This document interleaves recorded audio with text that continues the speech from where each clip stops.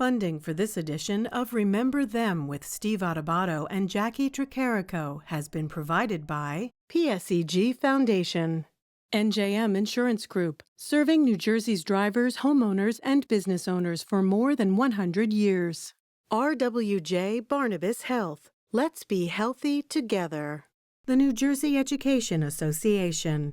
Horizon Blue Cross Blue Shield of New Jersey. Here when you need us most. The Northward Center. New Jersey Institute of Technology, NJIT, makes industry-ready professionals in all STEM fields. And by the Russell Berry Foundation, making a difference. Promotional support provided by the New Jersey Business and Industry Association. And by bestofnj.com, all New Jersey in one place.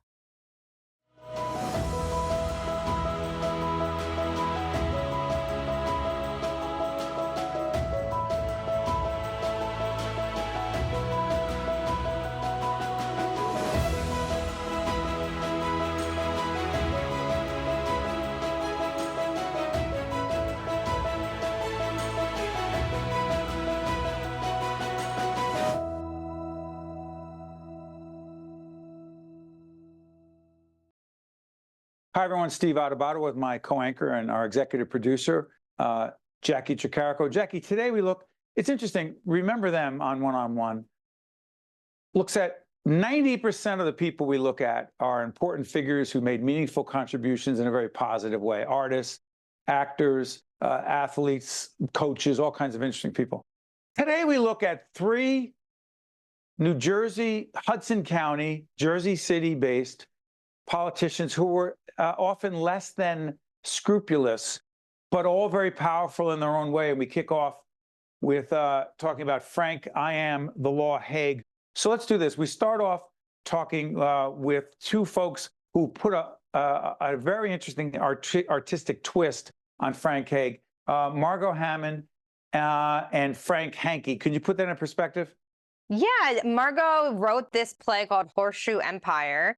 All about Frank Hague and that time in Jersey City history. So the play is actually taking place June 10th to the 18th in Jersey City, right by the Jersey City Museum there. So a chance to check out that play and what they decided to do and include about Frank Hague specifically and his reign on Jersey City before and after becoming mayor. Because it's, Steve, it's a lot more than just the time he was mayor, correct? His imprint and his and what he did in Jersey City and around New Jersey in politics expands beyond that. You know what's so interesting about this? We're taping this program in late February 2024. There's a Democratic primary for the United States Senate going on right now. And you may ask, what does that have to do with this edition of Remember Them? Well, all three people we look at Frank Hague, who was the mayor of Jersey City for many, many years. As I said, after him, we look at John V. Kenney, the mayor in Jersey City in 1949 to 1953, and Thomas Whelan, the mayor of Jersey City from 63 to 71. All of them are party bosses. Translation, there's a whole discussion going on right now as to how much influence party bosses should have. Well, that's in 2024.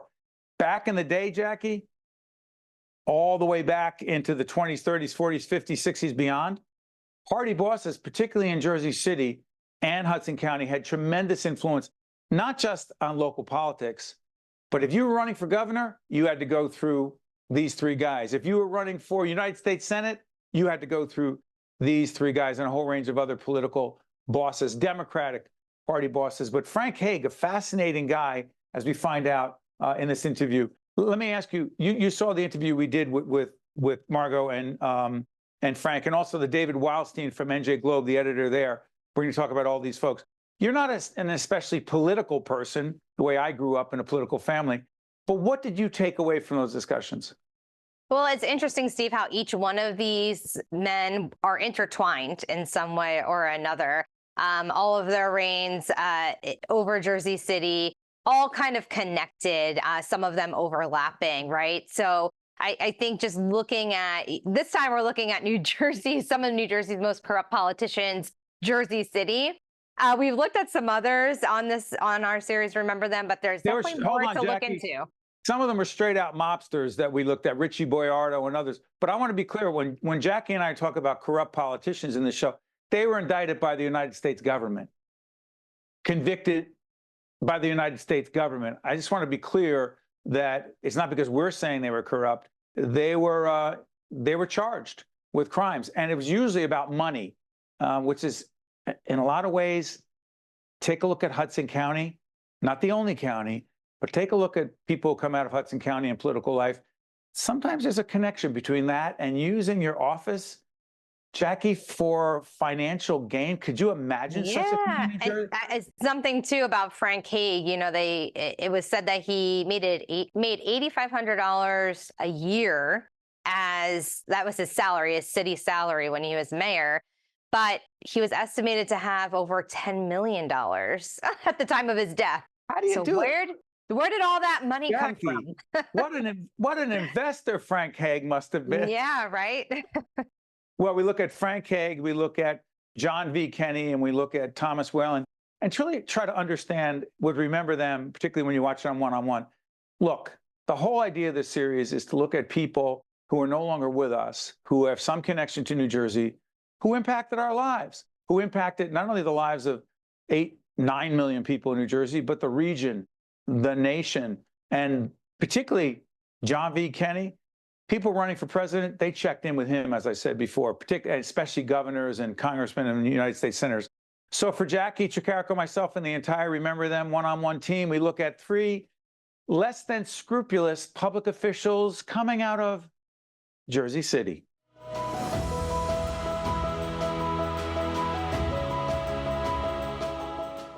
We are pleased to be joined by Margo Hammond, who is the playwright of Horseshoe Empire, and Frank Hankey, who's the actor who plays Frank Hague in Horseshoe Empire. I want to thank you, Margo and Frank, for joining us. We appreciate it. Great. Thank you.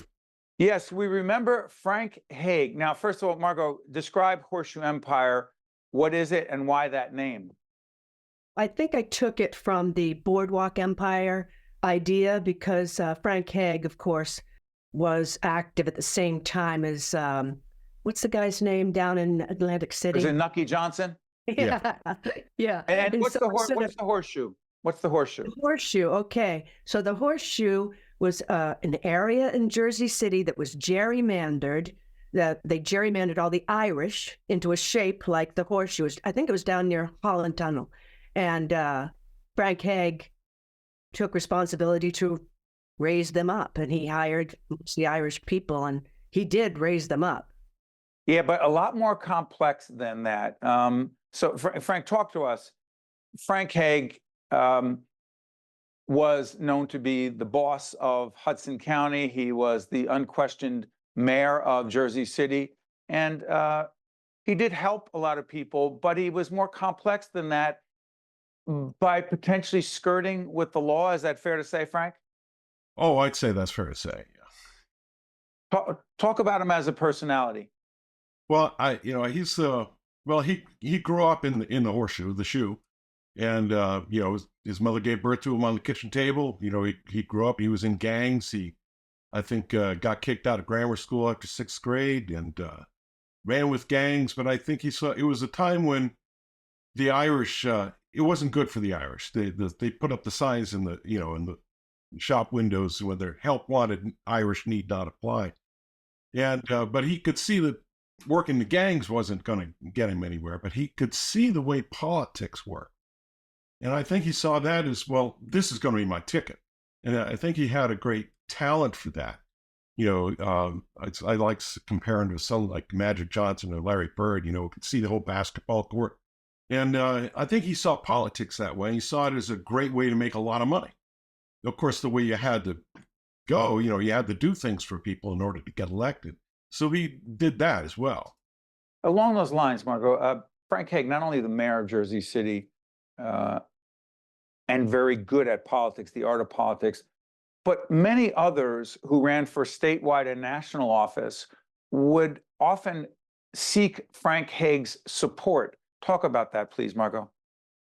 Well, I'm only the playwright, so I'm not an authority on it, but it sounds like like Frank Hankey said, he understood how everything worked.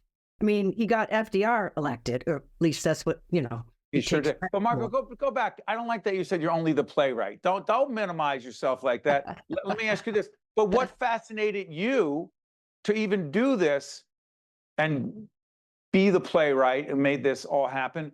What fascinates you, or what fascinated and still fascinates you about a Frank Hague, please? Well, as far as a character to write about, you already mentioned at the beginning, but he was a complex character, so he's interesting to write about. He wasn't like, you know, sometimes he was bad, sometimes he was good, but he got a lot done. And he had his enemies. He was a strong, you know, he was a thug, but he helped a lot of people. So there was a lot of people, and he, you know, he had free health care, for God's sake. I mean, nobody has free health care, you know? So, you know, he had really some good stuff. But his means were, he was a mean guy sometimes. Talk about that. Frank, you got this big smile on. He was a mean guy. Talk about that, Frank. Well, you know, he was I would say a bare knuckle politician. And I mean that both literally and figuratively, because there were stories about him that you know, the people would cross him. You know, he'd punch him in the face.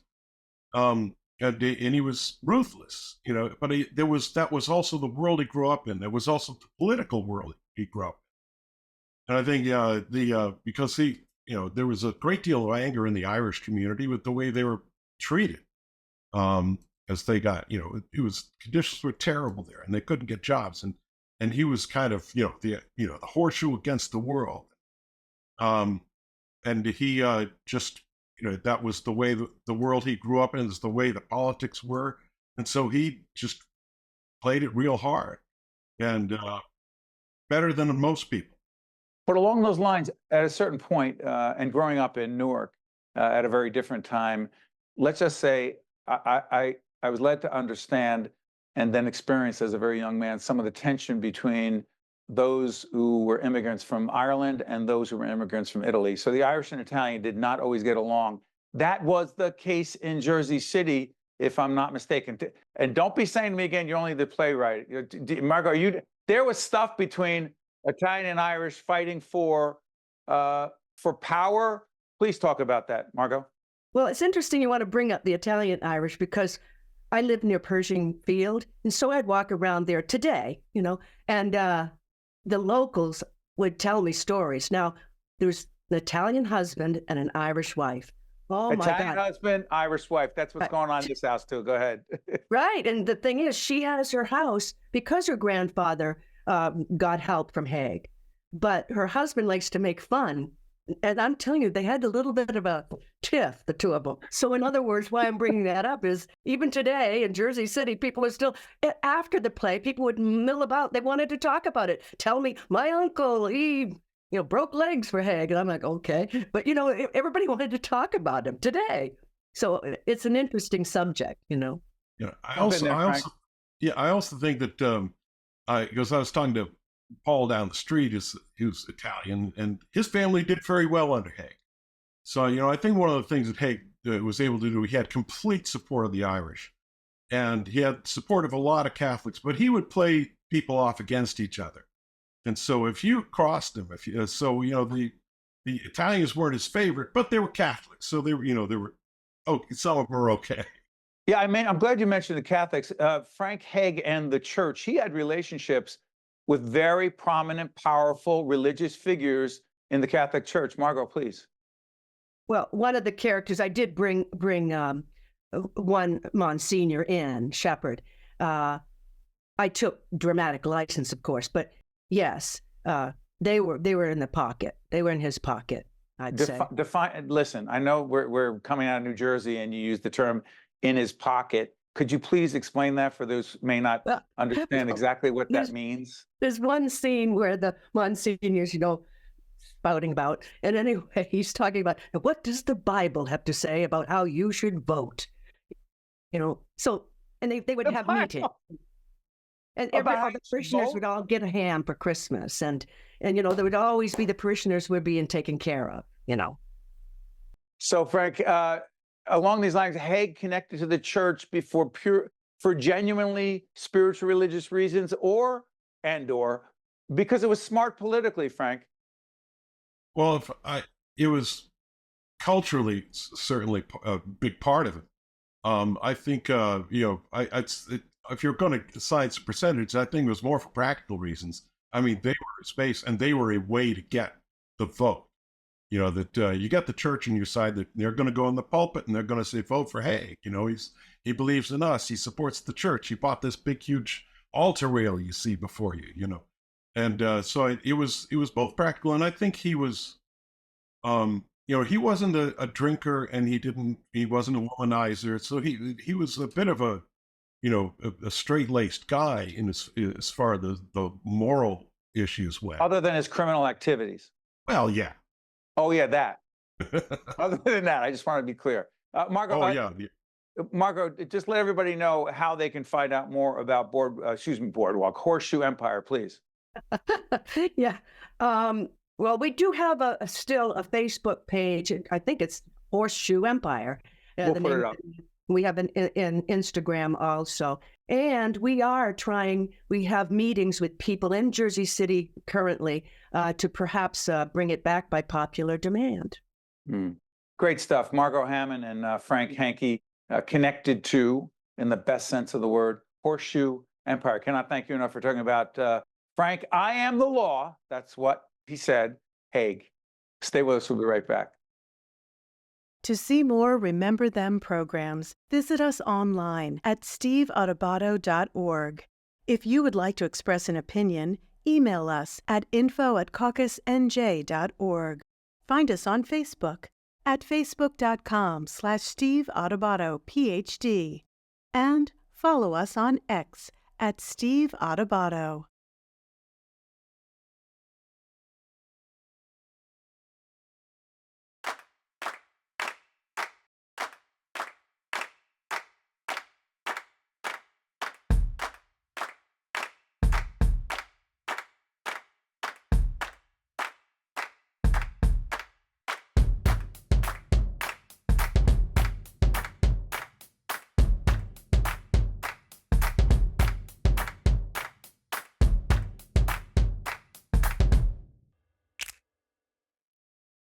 The groovy new wave in insurance advertising is mascots. You dig? We believe great insurance speaks for itself. Of course. Check out this tubular idea. It's a mascot, isn't it? Okay. TBH, you need a mascot, IRL. For over 100 years, we've focused on one thing and one thing only, our customers' claims. No jingles or mascots, just great insurance. NJM. I'm very grateful that I'm still here. That's me and my daughter when we went to celebrate our first anniversary. With a new kidney, I have strength. They gave me a new lease on life. I'm still going everywhere and exploring new places. Nobody thought I was going to be here. Nobody. And I look forward to getting older with my wife. That's possible now. We're transforming lives through innovative kidney treatments, living donor programs, and world-renowned care at 2 of New Jersey's premier hospitals. They gave me my normal life back. It's a blessing. RWJ Barnabas Health. Let's be healthy together.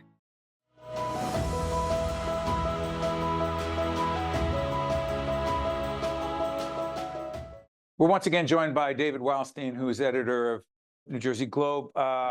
You're a historian, right, of politics. And I say this all the time. You're obsessed. I love it. Yeah, I love it.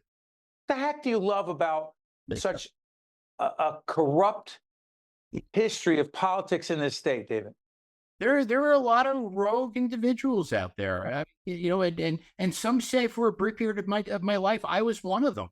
You were considered rogue. Yeah. Look under David Wildstein, Bridgegate, rogue. Go ahead. It is what it is.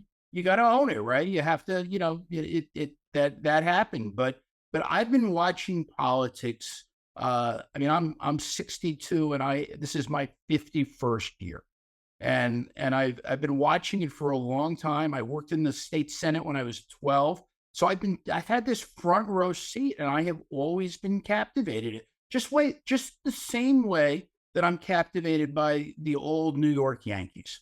It's the same thing. Politics is a sport, and I love this sport.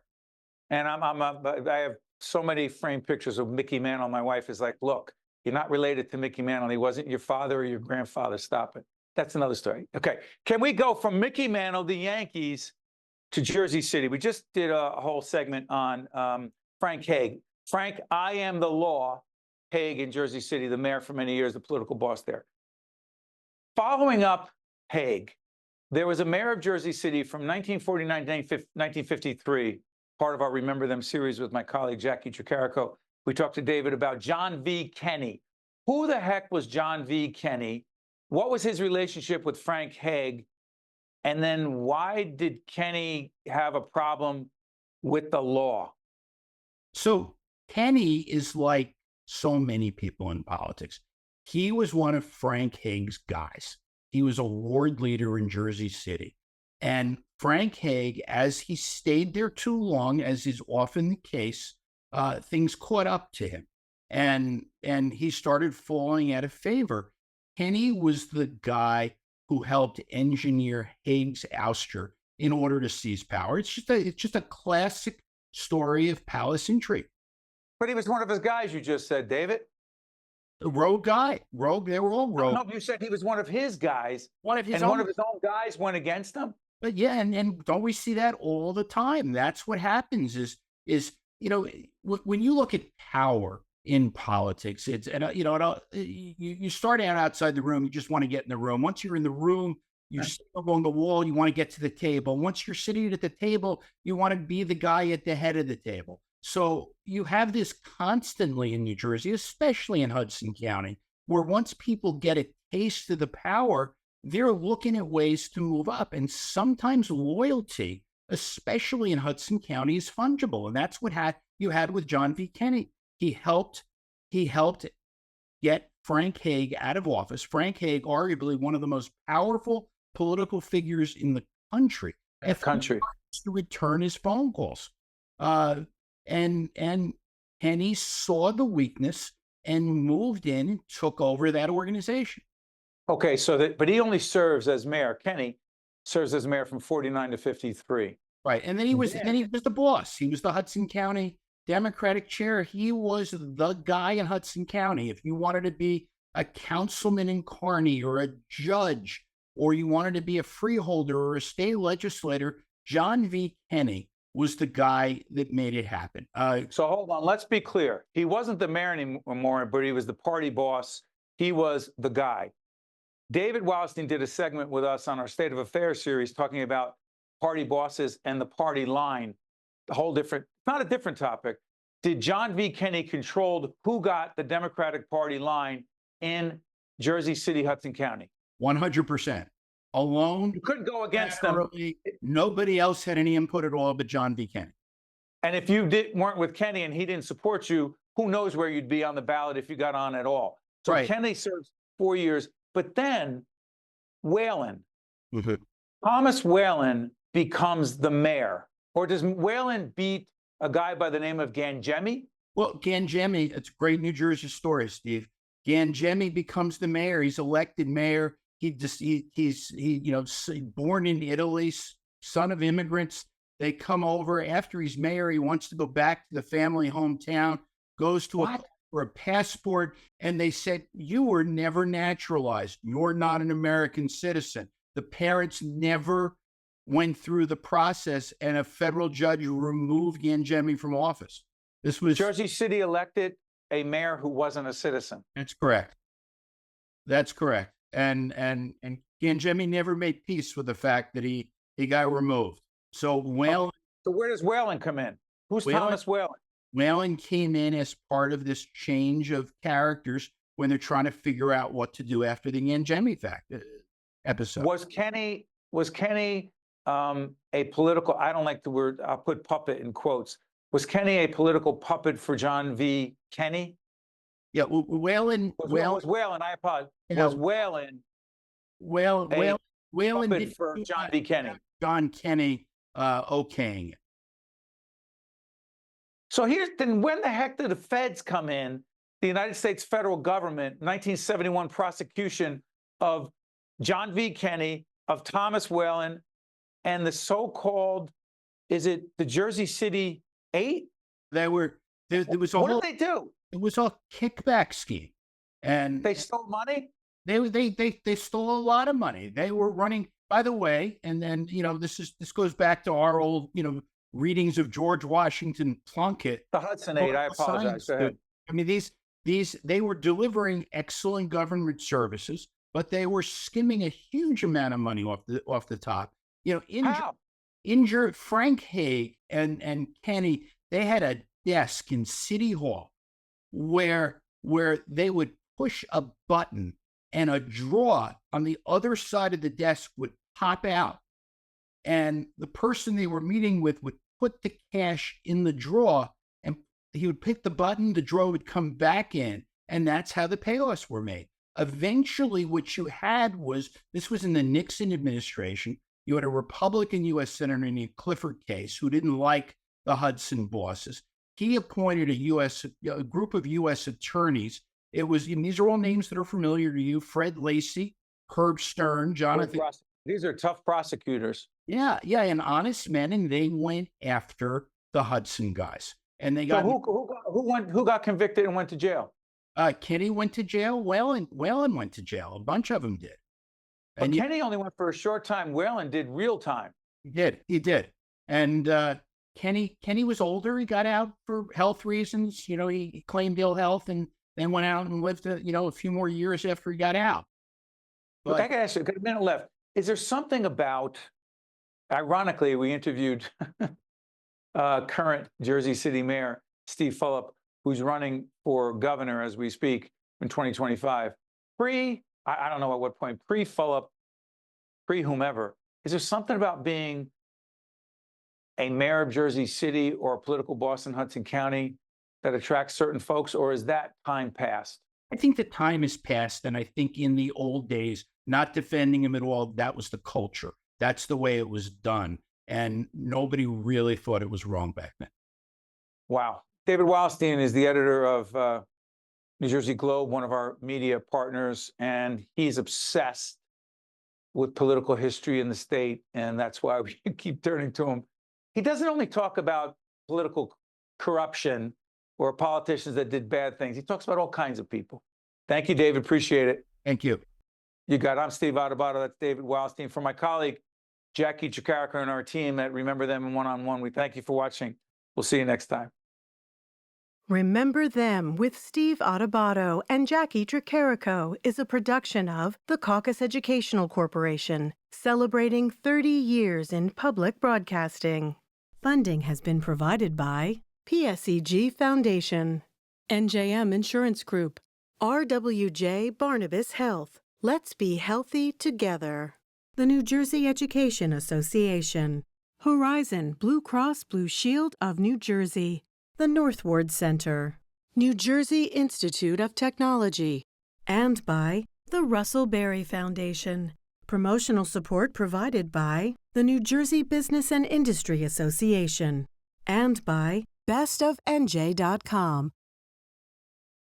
To watch more Remember Them with Steve Adubato and Jacqui Tricarico, find us online and follow us on social media.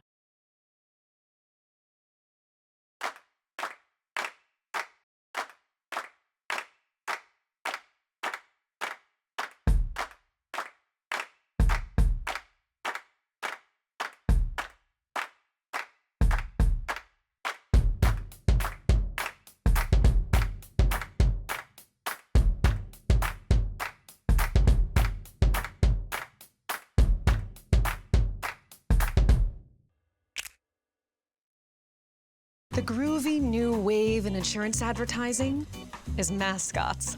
You dig? We believe great insurance speaks for itself. Of course. Check out this tubular idea. It's a mascot, isn't it? Okay. TBH, you need a mascot, IRL. For over 100 years, we've focused on one thing and one thing only, our customers' claims. No jingles or mascots, just great insurance. NJM. I'm very grateful that I'm still here. That's me and my daughter when we went to celebrate our first anniversary. With a new kidney, I have strength. They gave me a new lease on life. I'm still going everywhere and exploring new places. Nobody thought I was going to be here. Nobody. And I look forward to getting older with my wife. That's possible now. We're transforming lives through innovative kidney treatments, living donor programs, and world-renowned care at 2 of New Jersey's premier hospitals. They gave me my normal life back. It's a blessing. RWJ Barnabas Health. Let's be healthy together.